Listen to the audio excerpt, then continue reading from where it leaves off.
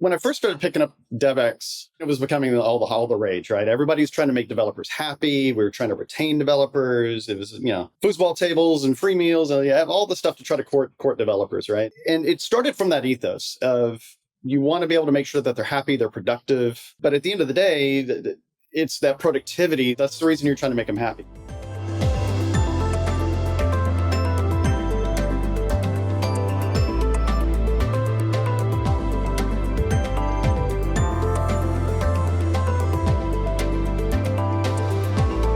Quick note before we dive into the episode, I'm excited to share the DX Core 4, a new framework for measuring productivity that encapsulates Dora, Space, and DevX. We've developed the DX Core 4 through ongoing research as well as practical experience helping companies like Dropbox, Etsy, and Pfizer. To learn more about the DX Core 4 and how to use it, head over to getdx.com/core4. That's getdx.com/core4.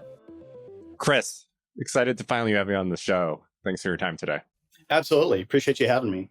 When we met to chat last week, you told me about your, 7-year journey around developer experience and productivity at T-Mobile. And one of the things that stood out to me was that you mentioned that the past 5 years have been focused on DevX, but the past 3 years had focused on developer productivity. So I want to start by asking you to share a little bit more about this progression and what's driven that change. Sure. So when I first started picking up DevX, it was when it was becoming all the rage, right? Everybody's trying to make developers happy. We were trying to retain developers. It was, foosball tables and free meals, and all the stuff to try to court developers, right? And it started from that ethos of you want to be able to make sure that they're happy, they're productive.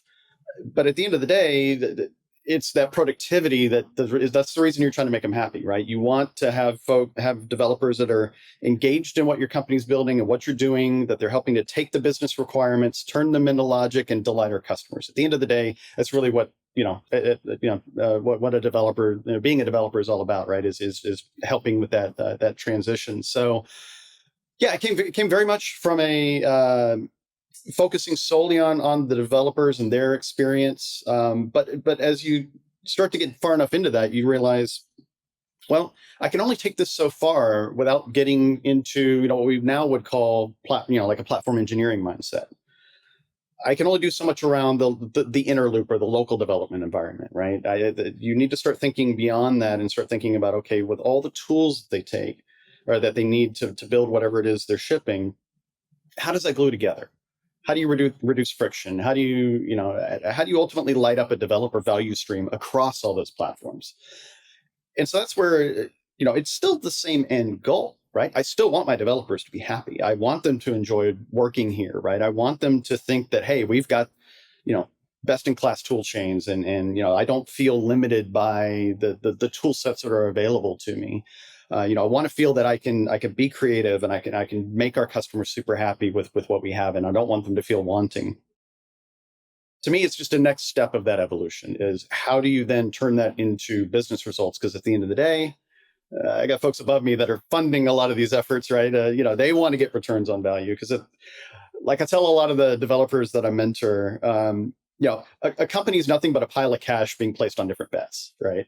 And so it's always important to be able to link what it is you work on to how that ultimately benefits the company, right? Doesn't mean that you can't have self-satisfaction from it. Doesn't mean you can't derive any other value out of it.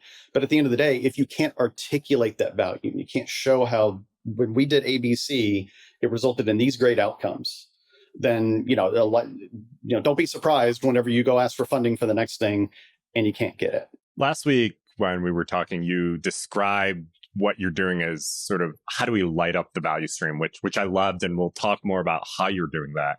Mm-hmm. I want to ask you more again about the switch from talking about things in terms of developer experience to developer productivity. Your foosball joke really struck a chord with me because that's an analogy we use to sort of joke about situations where it seems like developer experience has a marketing problem sometimes. So I'm curious, take us a little bit deeper into what was the switch what triggered that change? I mean, was it an executive just saying, hey, what are we doing? with all this stuff, or like what drove that transition? Well, I think some of it is a bit of a culture change, right? We had some leadership that we've sort of done the pendulum from infinite developer responsibility all the way through to, I would call it, draconian control. But like we've been across all those spectrums over the course of our history, right? Where things were either extremely mandated or extremely open and free, and part of it was one of those pendulum swings. But the other part is again, it really comes back down to, if you want to get the funding to do the bigger, better thing, you kind of have to put the adult pants on and say, okay, yes, we want all these things to be easier to use, and we want our developers to be happy, but we have to drive those outcomes, and so that's really it came from that.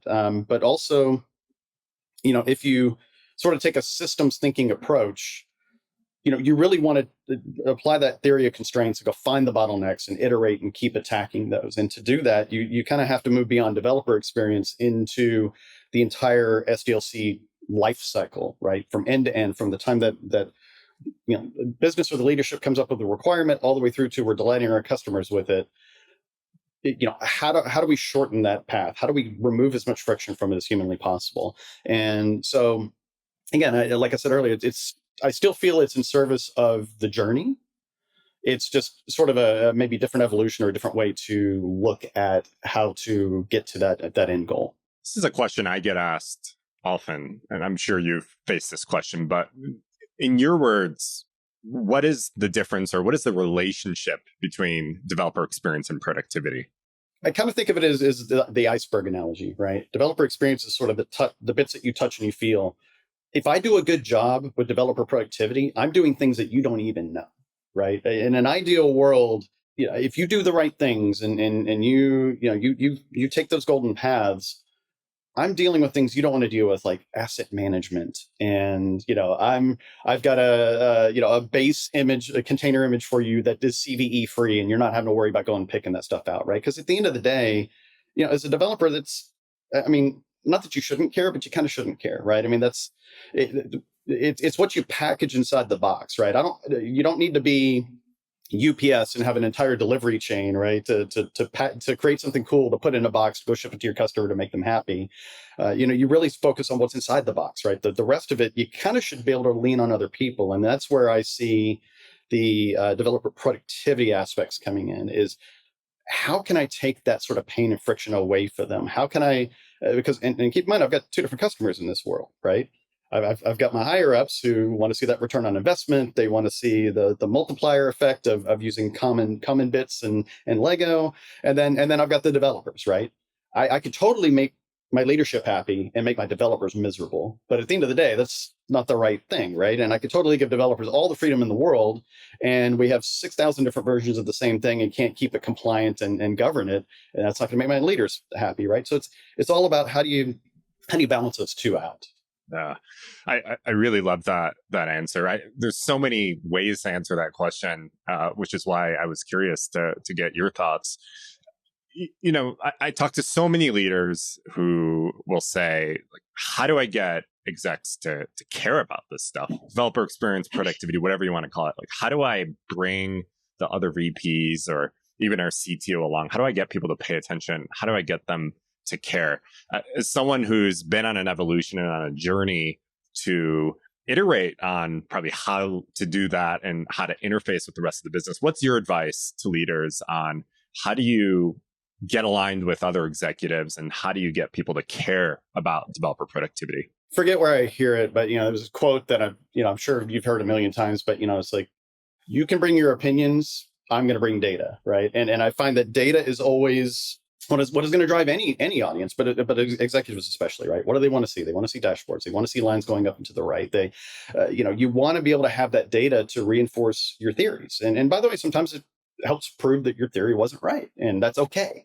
You want to have that data to show that I had this hypothesis. If we do ABC, I'm going to get this result out of it, right? And being able to have that data to say it's not a gut feel, I can empirically say this was our situation before. We applied this thing, and we have every reason to believe, a high level of confidence to believe that change resulted in this different outcome, right? And so the next time you go back to the well and you want to ask, for I need more money for this, or I want to do that, or what have you, being able to come back and prove that success, because it's partly in the tooling, the process, all that, but it's partly in you, right? You have to be able to go sell it, right? It goes back to the piles of cash thing I said earlier. If you make it enticing, we put this amount of investment here, we got this sort of outcome.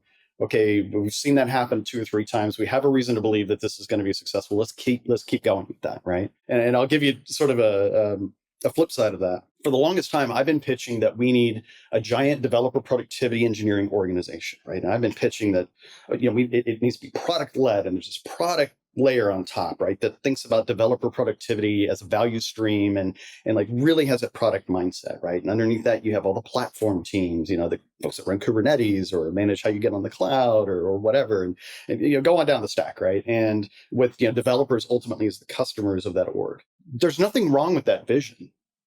It's really hard to swallow when it's on a PowerPoint and you don't have any data behind it. So getting to a question that I think you'll ask, because I've heard you ask it a bunch of times, how do you, where do you start, right? How do you get going? Start with the simplest thing that you could do on your own that you can go prove that data from, right? Yeah. As an example, I and sort of a Rebel Alliance, just to use the unicorn project term, went and started building things like common Helm charts and common base images. We didn't ask for permission. We just went and did it because it's relatively low effort and pretty high payback. And then now we can start to compare, going back to data, okay, how CVE free are these teams versus the ones that picked, the open JDK image that hasn't been updated in 2 years, right? Then it becomes really easy to make that argument, right? And now I've built my first success, right? And then you just build the steps from there on out. And, don't get me wrong. I want that big giant org I talked about, but I had to be realistic that I can't get all that, right? I can't just say, hey, Netflix does it. They have 20% of their workforce doing this. It's like, okay, great. We're not Netflix, right? It's the mistake everybody makes. They see all the great things they do and realize, it takes a certain culture. It takes a certain mindset. To me, that's how you go about being successful. And that's how you go about, again, layering success upon success to get to that end goal. Definitely the layers is key. Incrementing your way toward that vision, and I'm excited for you. Sounds like you're on course, at least pointed in the right direction. Yeah, it's off on the horizon there somewhere, but yeah, we're getting there. I wrote an article actually just this morning talking about this problem of how do you get leaders to care, and I discussed similar things as you've brought up, the importance of data, in particular the importance of benchmarks, if you can get those, and also not just data, but ideally being able to speak in terms of dollars. And one of the comments I got about this topic was really interesting, made me think. And someone actually asked, because the article is about how to get your CXOs to care, right? And someone asked, is engineering productivity something execs are even thinking about? Like, are they up at night worried about engineering productivity? So I'm curious. I mean, we may not know the answer, but what do you think? I mean, is it something that CXOs at your organization are thinking about, and how are they thinking about it? Because they're likely not thinking about it the way we think about it. Definitely a few levels below the C-suite, but if I had to put my hat on and be one of those folks, it's all about, again, that pile of dollars, right? If I can get more productivity, and not just productivity, but I'm delivering not just more often, but also delivering safely, right? It's very important. Keep those things in balance. If I could do more with the same, what leader at that level isn't going to be happy with that, right? So that's again, to your point of being able to put dollars on things, and going back to my earlier comment about force multipliers, it really, I try to think about it in those terms. I'm not going to make a developer write code any faster. And if we look, there's all these stories, there are all these studies, and Nilay Patel's podcast, they were talking with the CTO of GitHub, and talking about how, when they've been building Copilot, they started off on code completion, but now they've realized there's so many other things, right? You could apply AI to things like a code review, right? So I got a merge request, summarize that for me, right? So I don't have to take on the cognitive load of figuring out what this MR is all about. And so it's really about how can you find those places where they're not going to do the thing any faster, but how do you remove the things that aren't the thing? How do you remove the friction? How do you remove the lost time? If I can decrease, let's say the time that they have to wait on a pipeline to build to then go test in an integration environment, I can take that number. I know my blended rate for what a developer costs me on average. I can take that number, say I shrunk that down from, 5 minutes to 7 minutes. Okay, that 3 minutes I gained, I can multiply that by that other number, and you can extrapolate that out, and boom, now you got a number, right? And it's like, okay, we put 1-2 people on this thing, went and got the data, found where that friction point was, eradicated it. Here's our outcome, right? Let's go get the next one. Let's go get the next one, and you just keep the flywheel going after that, right? That's, to me, that's it. So I don't. Getting back to your question, I don't think they sit up at night thinking about, are my developers productive enough, right? I sometimes it's one of those things where you don't know. And so having folks that love getting in there and digging into the weeds and like finding those sources of friction and getting rid of them. I mean, those folks are invaluable, right? And that's to me, that would be my message to any C-suite is go find those kind of people, enable them, let them go kick rocks, and find the friction that you're not even aware of, and you'll be very surprised with the numbers. Yeah, when I talk to CTOs and CEOs, certainly developer productivity feels like a black box. And I think you talked about data. I think there's very clear opportunity to provide value to the C-suite in unpacking developer productivity and bringing data to the conversation. But beyond that, and this goes to exactly what you said, what I hear CTOs talk about when they think about this problem is, how do we increase the rate at which and the efficiency of basically converting capital, aka our engineers and all the other investments we make, into value, right? It's about converting capital into value, and how do we do that more effectively? So yeah, certainly an interesting topic, and great to get your thoughts. I want to ask you, one thing unique about T-Mobile is that, well, not unique, but maybe a little bit unique on our show, is that a large percentage of your development workforce is made up of contractors. And this is something I get asked a lot about. People ask me, this whole developer productivity thing is great, but does it apply to us given that a large percentage of our workforce is contractors? So there's a lot to talk about here. But first, I want to start with, in your experience, what are the challenges associated with tackling developer productivity within an organization where there is a large percentage of contractors?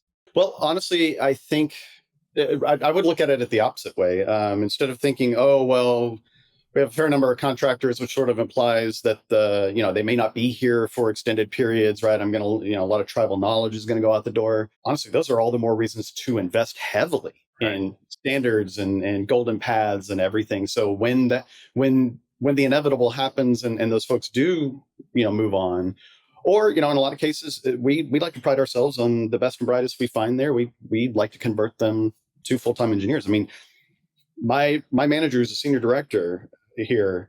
He was a contractor way back in the day and got converted. So we have a rich history of doing that, and we do also think of our contractors the same as anybody else, right? We all have badges, we all show up, we all do our work. So, but yeah, for me, it's even more reason to make those investments, because if you don't, what you're doing is you're seeding that predictability. And again, going back to what the C-suite wants, they want predictability, right? Anybody in leadership wants predictability. You can't have wildly different outcomes. We shipped 80 widgets this quarter, we're going to ship 2 next quarter. Like, nobody's happy with that, right?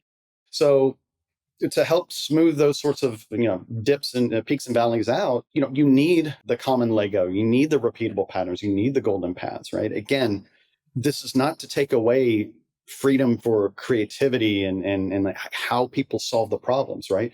You still have all that. I'm not going to get here and tell you whether you should, camel or snake case your code. That's not what I'm about, right? I do want to make it easy for you, however you decide to, case your variables, package your application, and ship it without having to think about, like, do I have to know everything about Kubernetes day one, right? Or can I, if I came from a shop that all I knew were VMs, do I have to learn everything about Kubernetes to be productive, or is there a paved road that I could just go tap? And when I'm ready to mature into getting into the nerd knobs and seeing what extra stuff I could do, great. But like, it just kind of works, right? Just to borrow the old Steve Jobs adage, right? It just works. And Yeah. that's where I think, if you meet that 80-20, you'll end up being, you'll see the benefits, right? You're still going to have the folks that want to push the edge. You're still going to have the folks that will come to you with unique use cases.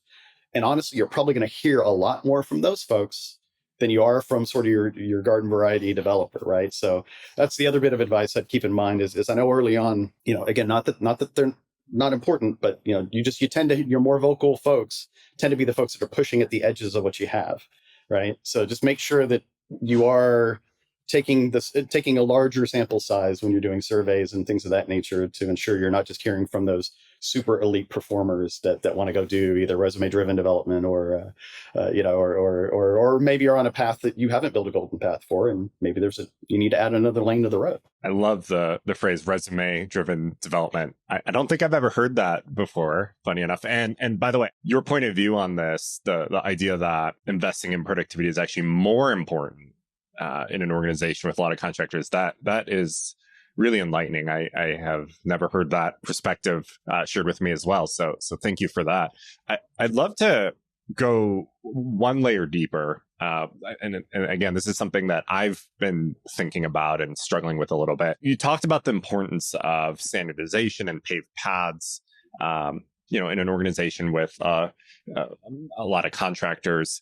How about the cultural side of developer productivity? For example, in an organization that employs a lot of in-house developers, I can sort of picture a world in which the business tells the organization, hey, we need to be more productive, and that's pushed down through VPs and down to managers and down to developers, and everyone's an employee of the company, and you can sort of drive that alignment. And I may be completely wrong, but something about that seems harder to do in an organization where some people are contractors. For example, potentially there could be a little bit of maybe conflict of interest or just lack of engagement or loyalty around caring to improve these types of problems. So help me think through this. What are your thoughts on sort of the cultural side of this problem?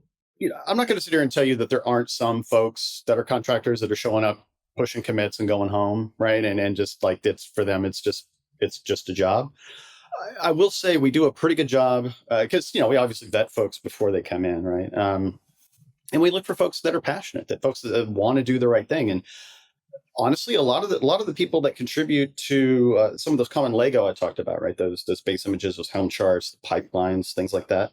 A lot of those folks are our contractors, right? So, and we do those things in an inner source fashion. We're not going to be ivory tower about it. We're not going to say, this is the only golden path and this is what you have to use and you can't touch it, right? No, it's contributions welcome, right? We want folks to come in. I don't care if you're a full-time employee or a contractor. You have equal right to come in and influence the golden paths and help, retweak the Lego. So I would say in my experience, the only people I see doing contributions are the ones that are, already more ready to engage, right? That are, and there may be a silent majority that just, collect a paycheck and go home. But, again, I haven't seen that as a source of friction or problem for us. In fact, a lot of times I see a lot of folks that come in brand new, they're looking for the standard. They're looking for that paved road because they know, they've got deadlines to meet and milestones to deliver on. And, they're happy to be on that golden path because it's just one less thing they have to worry about. Right. So I would say in my case, I haven't really observed, any real delta there. What you said makes perfect sense. And then I'm asking myself, maybe it's just a completely fabricated fear because at the end of the day, like you said, contractors, that's really a billing arrangement more so than it doesn't mean these people are less skilled, less motivated, less engaged about their work or software development or their productivity. So I like the way you put it. Shifting gears a little bit, I'd love to just dive into more of what it is that you do in your work and where your time is spent. I understand your organization owns a lot of the developer tooling, everything from GitLab to HashiCorp, a lot of the destination platforms, cloud infrastructure, databases. And one of the things you told me when we met was that you spend a lot of time on figuring out how to get things to play nicely together. Say more of what you mean by that and how you actually do that. Yeah, I mean, a lot of my job, would fall into the other duties as assigned, and with me assigning them to myself, right? It's really, it's almost like being a rogue agent and going out and finding those sources of friction I was talking about. So, and the other thing that I use to sort of drive what I try to find and work on is thinking about it from having that empathetic mindset of an average developer, because I'm an average developer. I'm actually an ops guy who learned enough code to be dangerous. So, I can easily relate to what it's like to not be, an eyeballs deep expert in, JVM tuning or whatever, right? I mean, sure, I know some stuff, but don't get me lying on that. But yeah, a lot of what I try to do is think about how do those pieces fit together. Like you said, we own GitLab, we own our managed Kubernetes offerings, we own cloud and all the things you can get to on cloud, databases, tons of stuff, right? And the idea is, I wouldn't expect the folks that run HashiCorp, for us, right, that run Vault and Console for us, to be deep experts in how a GitLab pipeline runs, or what the best path is to take a value from one of those platforms and get it into a config map or a secret in Kubernetes, right? There's this Venn diagram of where all these things overlap. For me to expect the Kubernetes team to again understand deep JVM tuning, or you should totally restructure how your classes are, or what, I don't expect them to know that, right? But having a team that can sit in between and know enough about each of those areas, right? Again, not deep, definitely much more broad than deep, which has kind of been my career overall. I've been able to pivot from one thing to another thing to another thing, pretty quickly. But I am not the guy to solve your like O to the N scaling problem. Like that's not me, right? But I do feel where I excel is figuring out how to put those pieces together and how to put them together in a way that doesn't just work, but that is repeatable, scalable, and has sensible defaults, right? That's the other thing. You've heard me talk about Lego and composability. Sensible defaults are the other thing, right? It reduces that cognitive load. If you make it to where the thing just does the thing the way the 80-20 way should be, okay, you're going to make most people happy. And by the way, don't hide that behind walls of abstraction, right? Where you can't get in and tune it. Set some defaults. When when people are ready to grow into changing those defaults, have it documented. Be able to make sure that they can get to the information they need to know how to tune that knob the right way. So those are the kind of mindsets and thoughts I put into as I go find those sources of friction around all of our different platforms. You've shared the sort of principles and philosophy around how you think about, what a good developer experience looks like and how you minimize friction. I want to ask you about the more logistical and organizational side of how you go and figure out the problems and the friction. I mean, very tactically speaking, how do you do this? I mean, are you just sending an email to different engineering leaders and setting up one-on-ones? Do you have some sort of monthly meeting kit? Like, how are you actually having those conversations and building those relationships? Yeah, I mean, there's a few different ways. One is, my role is a member of technical staff. Makes you sound like you work at a help desk, but actually it's an old Bell Labs term. You can think of it as like a staff engineer, essentially, right? So my other MTS peers, kind of align to these different domains, right? And our job as MTSs are to find those gaps between all the domains where there are things that need to be solved.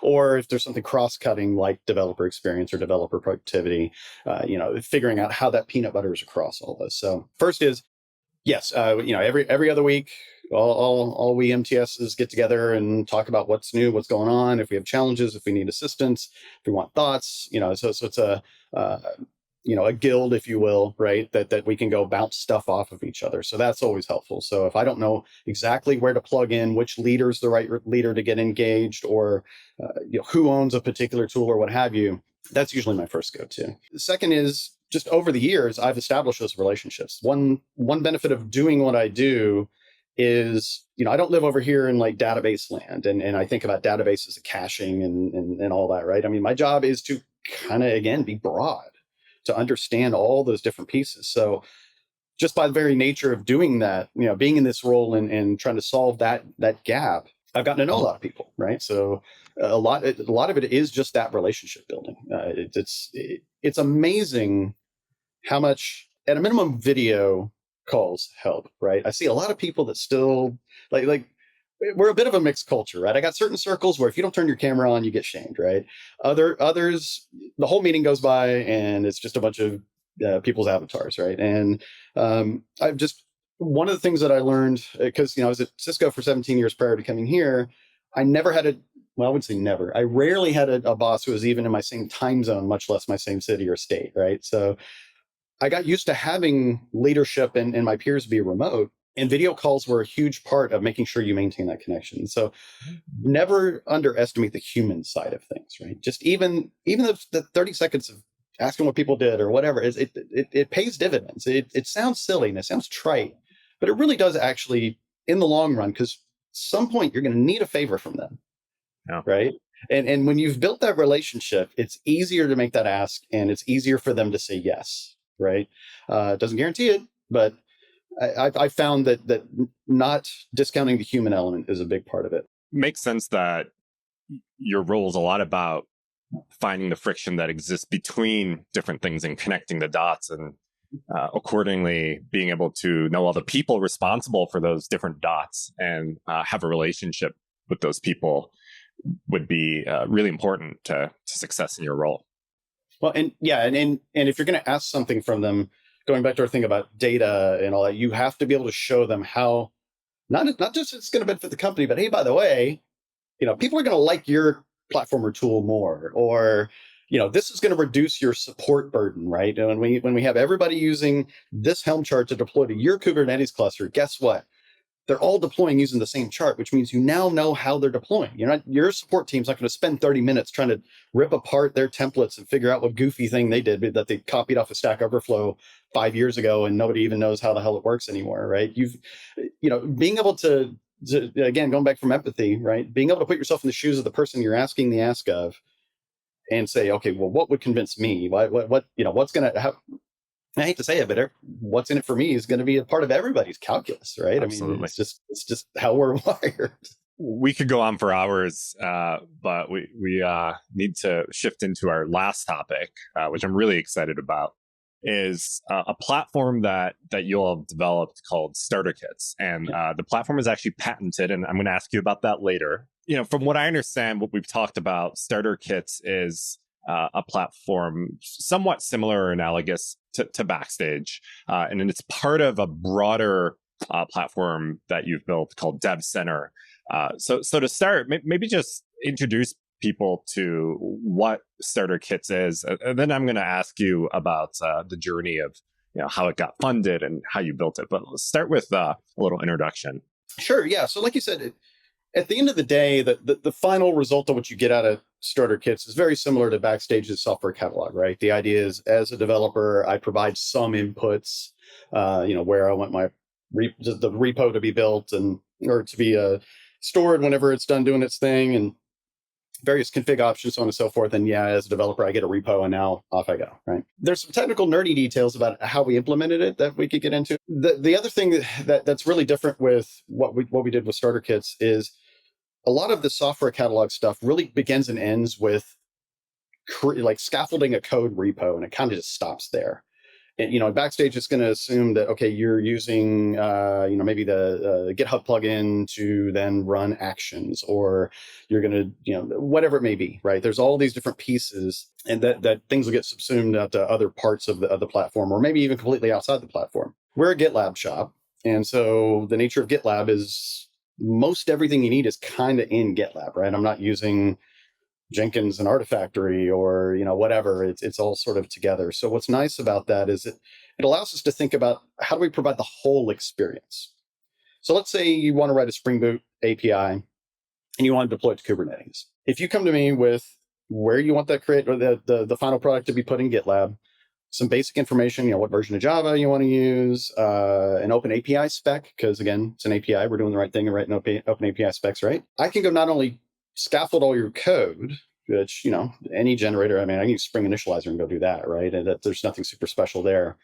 But I'm also going to pre-bake in things like we have a standard security library that has things around helpers for validating JOTs and, POP tokens and things like that. We have a common logging library. We also fold in those things I've been talking about before, the common Helm chart, the common base image, right? All those things come together, and then they get an end-to-end CI/CD pipeline layered on top of it, because again, just GitLab brings all that functionality together. Yes, it's an empty app. It has no business logic in it, but it deployed to dev the very first time, right? And now they didn't have to think about, how do I create a Helm chart? Do I use Istio or Nginx Ingress? Do I do, like all these things that either we ask developers to take on, or going back to resume-driven development, they choose to take on themselves, right? Where they just, oh, cool, I'm going to go nerd out about all this stuff. When ultimately, sure, let's test the boundaries. Let's create some new golden paths if needed. But, sometimes you just got to ship the thing, right? And so it allows folks to be productive day one. And by the way, do it in a way where all those bits I talked about are centralized. Right, that Helm chart doesn't live down in your repo. The pipeline doesn't live in your repo, right? Those are all pulled in and referenced at pipeline runtime, such that when there's a new requirement, my team can go implement that, right? Or again, it's inner-sourced. Anybody can implement that, right? In fact, I've had multiple contributions for different features that are like, oh, cool, I didn't even know we needed that. Okay, cool. Review it, make sure it's, backwards and forward compatible. Cool, fold it in. Off we go, right? And now there's a new capability added to the paved road. So yeah, that in a nutshell is what starter kits are about. It's and you'll notice that I said starter kits, right? I'm not trying to replace the cockpit for all the other things. Yeah. If I don't want to be a layer on top of GitLab, because now I got to understand GitLab's RBAC model. Right. And as features change there, I got to bring that back in. So, very purposefully meant to start you on your journey, but also use those common Lego in a way that we can evolve and iterate those centrally, and developers, to the extent that we can, don't get interrupted for those new requirements. The build out or creation of starter kits predated Backstage being open source, from what I understand. And I want to ask you in a minute a little bit more about more differences and between where you've ended up and what you're seeing in terms of pros and cons of organizations that are adopting Backstage. But before that, I want to ask you, especially given that this predated Backstage, how did you get this funded? How did you make the business case for this? Because honestly, a lot of organizations that I meet that are doing this sort of thing, a lot of their business case is actually just built on, hey, like Spotify, does this thing. Yeah. So how did you get this funded, before this type of platform was a hot thing? Well, it kind of ties a little bit back to the contractor question, right? There was a period in time where we had this program called Workforce Transformation, where we were trying to actually flip that ratio, right, of contractor to full-time. So I was involved in multiple parts of that. I set up the training curriculum for the onboarding program for that. But one of the things I got tapped on the shoulder for was like 3 bullet points. And one of them was, increase developer productivity. That was it. Like, okay, go figure that out, right? And so it took a little bit to land on it. But honestly, as far as funding goes, we really just begged and borrowed resources from a few different places, right? I inherited Dev Center from a team that had built it before me, but some of the resources from Dev Center and then myself, we all collaborated together to build that initial version of it and to kind of get it kickstarted. And a lot of it borrowed some patterns. That team was already using some generator patterns, right? So we just sort of built on that goodness, right? It was already directionally correct, and we just sort of helped elevate it a bit and expand the catalog, right? The team that was building that was very focused on APIs, so there were no UI starter kits. So now we have like React, Angular, Vue, stuff like that. Before it was really just all Spring Boot, and that was it. So we brought in the Node Express and Python and a few others, right, to help round out the catalog. But it goes back to the Rebel Alliance type of thing, right? Be creative and think about what's the thing you can do with the least amount of resources and without asking for this giant commit, right? And I think that's why Backstage ends up being a popular choice for a lot of people, because it's like, okay, well, technically I don't have to pay for anything. I mean, yeah, you need to divert time and resources and have folks understand React and all that to for the care and feeding of it. But it's not you're not buying a license. You don't need a giant team necessarily to run it, right? Depending as to how you run it and manage it. Yeah. So yeah, it's really just a whole lot of beg borrowing and and goodwill. That's how you do it. Yeah. Yeah. I mean, I know you've followed Backstage, the developments and that whole ecosystem. So now, I don't know how much time it's been since Starter Kits was created, but looking at the problem sort of in hindsight or current state, what are some benefits or what are some things you've learned about, how you've approached the problem versus how Backstage solves certain problems?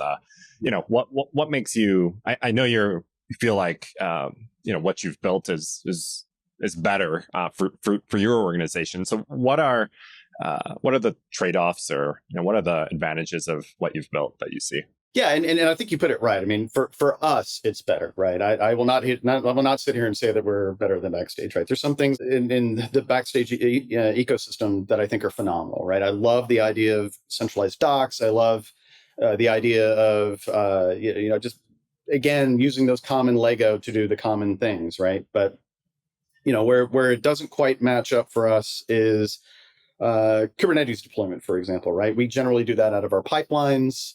And a lot of times the tools like Backstage, the RBAC model doesn't quite align to the underlying platforms and how we have things built, right? So GitLab integration, for example, there's a token, and I know there's been some folks, in different vendors that are trying to solve this problem, but you essentially have one Uber token that kind of needs to do everything, and for various reasons.